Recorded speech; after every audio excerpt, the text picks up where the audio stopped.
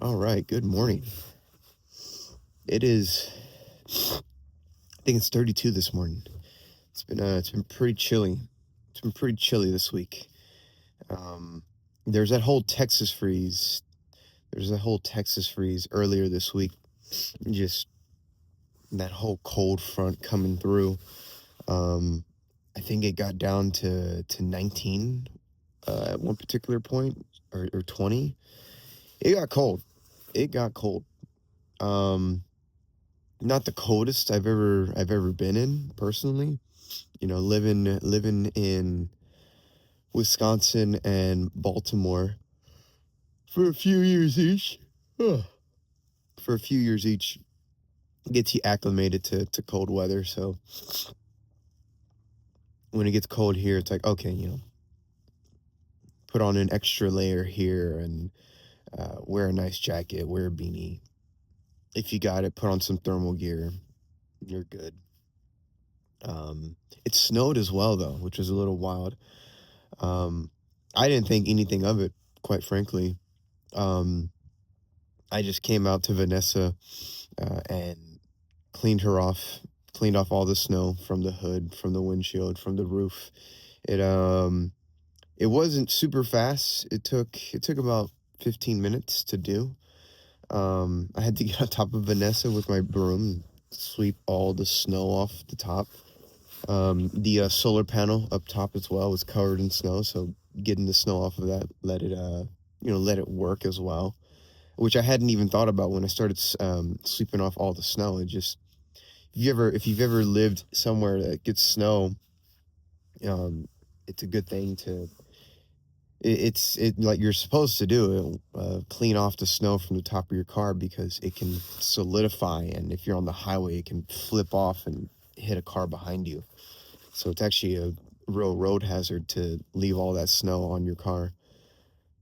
But I knew about that, so I started sweeping it off. And then as I'm sweeping it off, it's like, oh yeah, solar panel. I do have a solar panel up here and everything like that. Solar panel still works and everything, so that's fine. It's good to know that all the uh, all the stuff that I did back there, it's actually waterproof. Um, I mean, I guess it's rained as well, and I imagine rain is more testing in terms of something being waterproof than snow, but all the same, you know. Um, but yeah, the whole Texas freeze, that thing was all right. I didn't really do any comedy during that time, honestly. Excuse me. I didn't do any comedy because one, I live in Vanessa, so Vanessa's not just my vehicle; she's also my home. Um, and because of that, driving out to a mic when there's hazardous road conditions like ice on the road, nah, nah. I've driven Vanessa in cold weather with icy roads where she skidded before, and it's just no, no. This She is too big of a vehicle to be skidding. It's just no, no, dude. Um, a smaller car, maybe, but even in a smaller car, I can imagine it feels weird when you lose control of your vehicle and you're just at the mercy of the ice beneath you. Um, it just no. So when she skidded that one time, I was like, oh, all right, I'm parking at the nearest spot. I don't care if it's in front of a house or a business or whatever. I'm parking. So parked and set up and went to sleep. That was in San Antonio. That was at the winter storm that came through Texas last year, actually. Um, so when this winter storm was coming through this year, which actually had snow this time, um, just the chances of there being ice on the roads, it was higher. And to go out and do a mic, um, it's not worth it to me. It really isn't. It really isn't. Like long term wise, in terms of my way of life and my lifestyle and all the plans I have for Vanessa, it's not worth the risk. That one day of getting in an accident to get 5 minutes on stage, not worth it. And I came to find out as well. that there were no mics on on Tuesday, because everything closed down. Things just closed down. Like Texas, Houston's not set up for icy roads, winter weather. Like where it's not Minnesota here. People don't, like, there's just not a culture of dealing with the snow here. So that was the other thing, is that when I came out, I just cleaned up all the snow in Vanessa. Um, my parents were watching the news, and the news was showing how people were outside. They were making snow angels. They were making snowmen. They were getting in tubes and going down hills with snow and stuff, and just having a real snow day. Uh, it didn't occur to me until that moment. I was like, oh yeah, like for a lot of people in Houston, this is the first time they've ever seen snow. Like, and it never clicked for me. They're just like, oh yeah, snow, something special, you know? I still remember the first time I saw snow, when I was in college in Wisconsin. But uh, yeah, it wasn't anything noteworthy to me. I'd seen snow before. I've been in it before. I like the cold in general. I like bundling up and getting warm and stuff. So all of that was fine. That wasn't a big deal. But it did mean I didn't do any mics. Oh man, I'm yawning this morning. I didn't do any mics. Um, Sunday, Monday, or Tuesday. So my first mic I did this week was on Wednesday, which was okay. It went all right. Um, I got some laughs. I tried out some new jokes. I'm trying out a new writing process.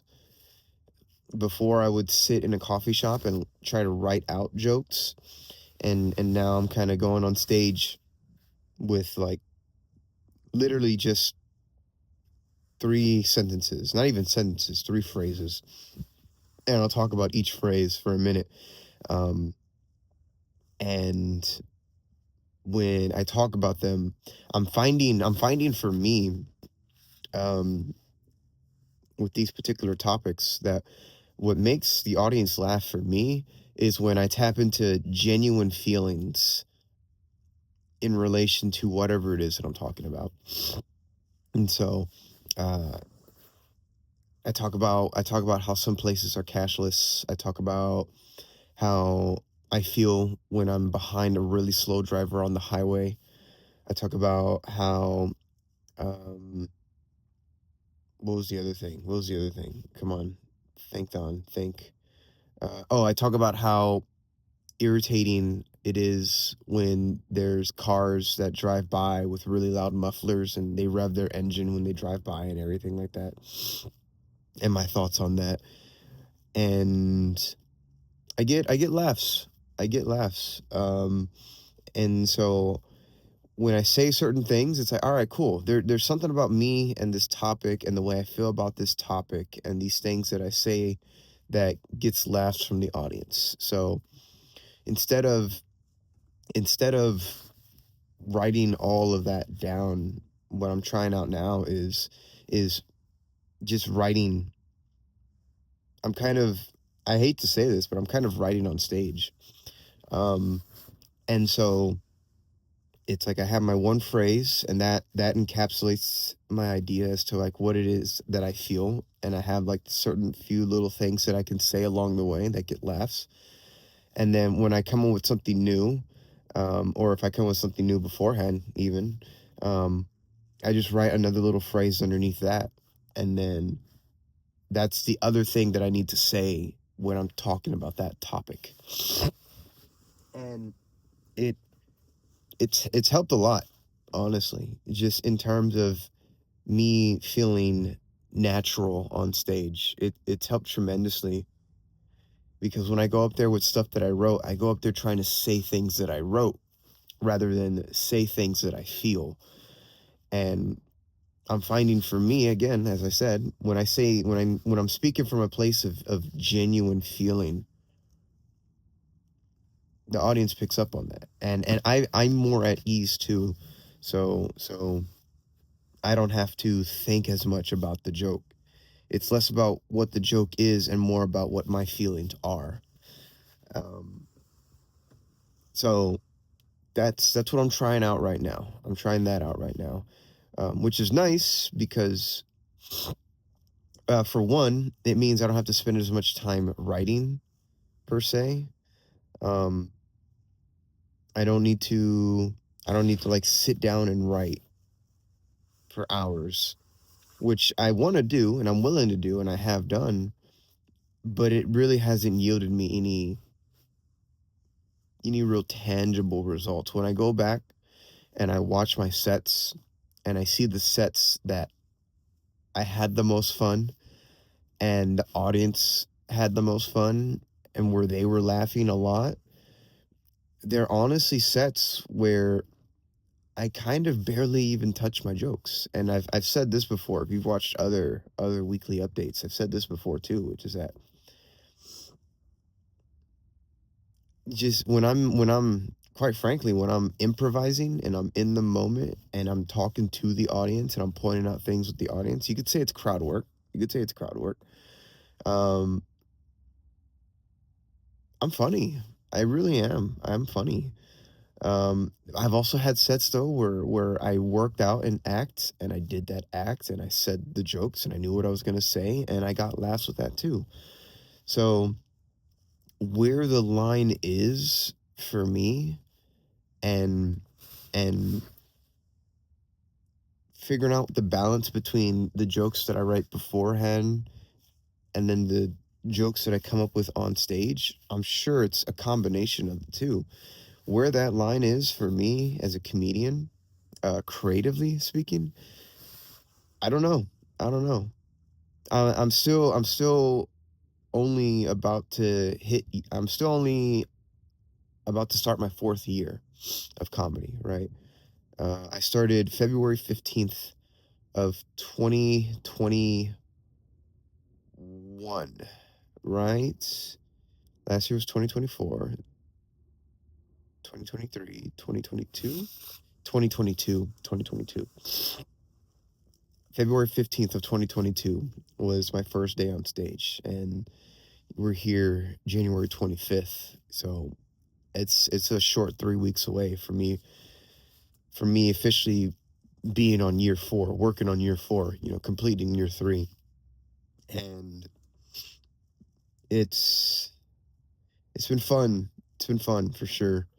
Um, it's been fun to sure for sure because, and I've said this to other people before, I enjoy my life right now. I really do.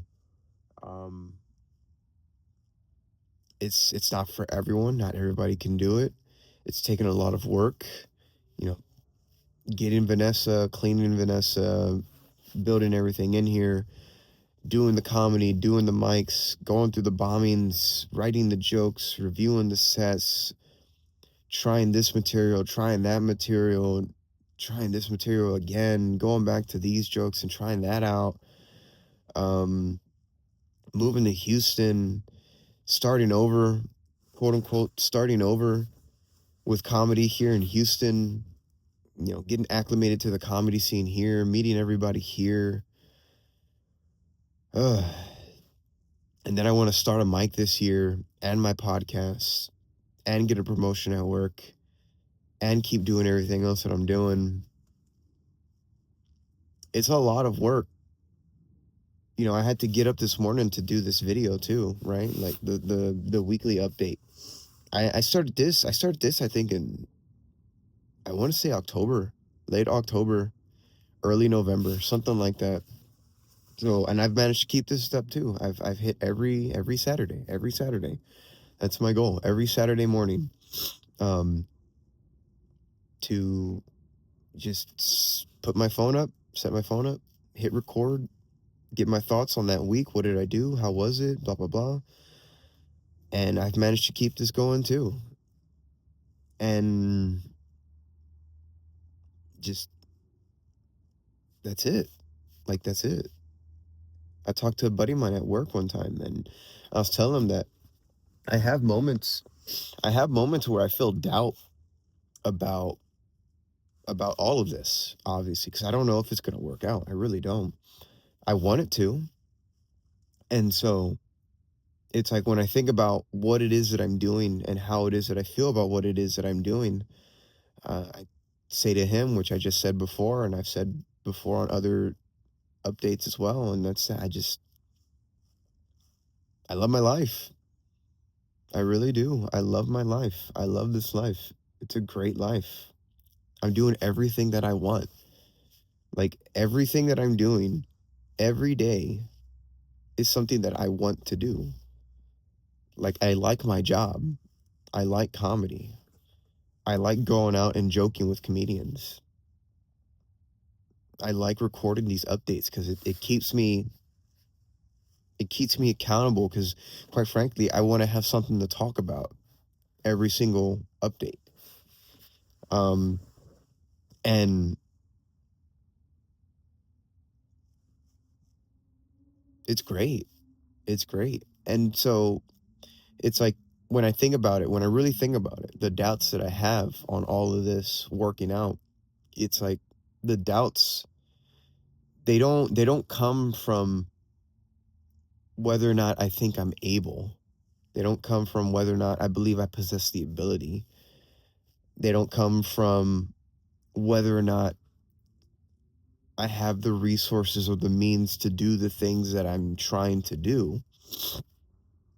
No, all my doubts come from whether or not I will make enough money to support myself.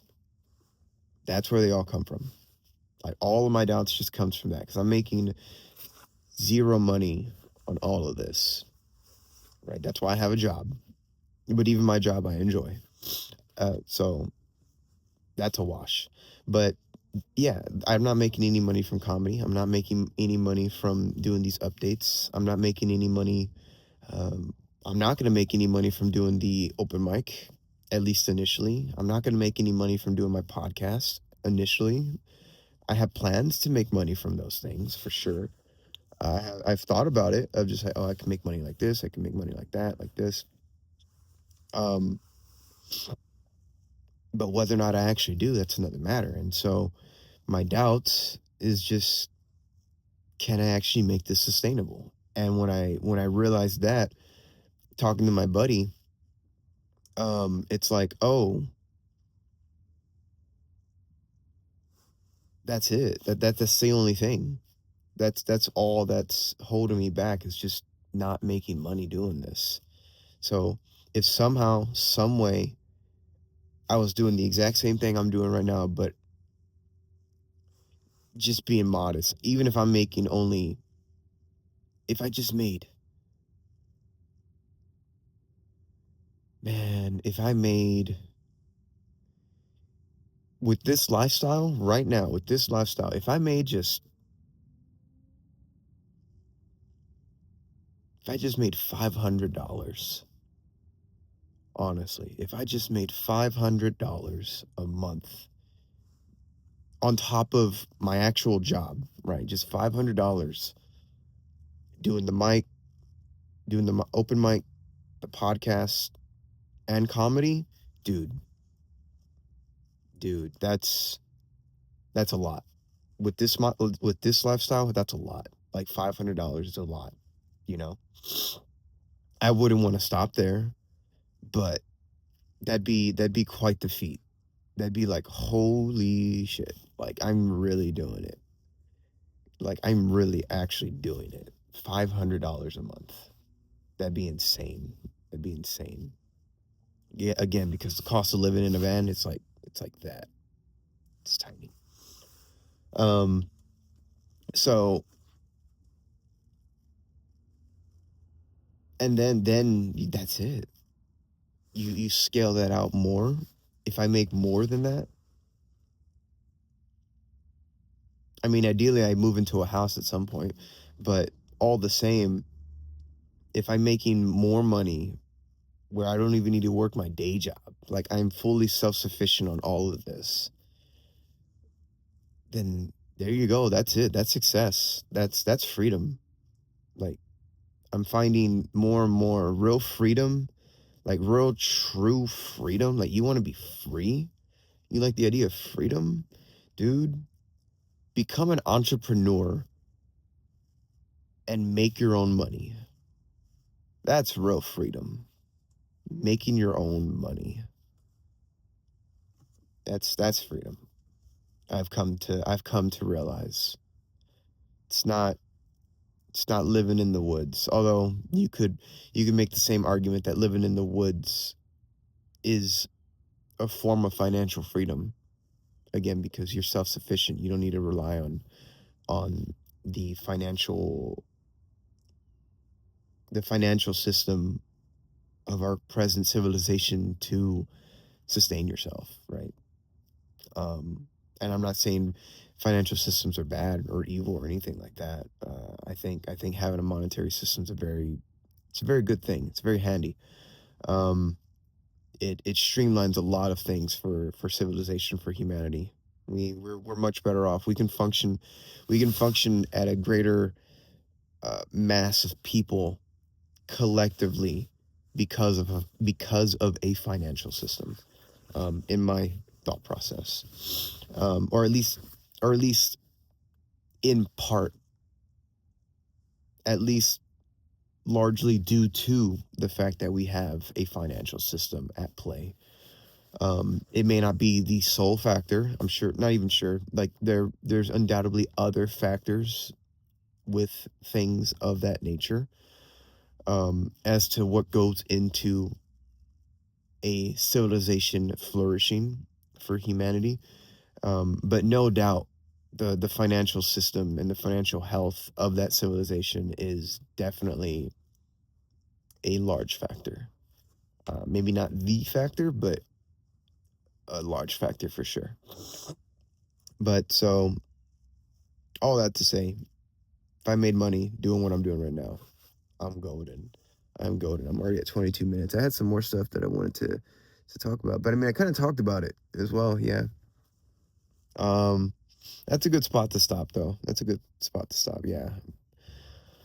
So, it's been a solid week, solid, productive week. No mics Monday, Tuesday, Sunday, Monday, Tuesday, mic on Wednesday. Really productive Thursday, another productive Friday, and here we are Saturday. So, I'm digging it, yo. I'm digging it. But thank you very much for tuning in, whoever you are. I appreciate it if you watched it up to this point. If you did, like and subscribe for more. If you didn't, well, God bless anyways. God bless you. All right, cool. Thank you. Have a good day. God bless.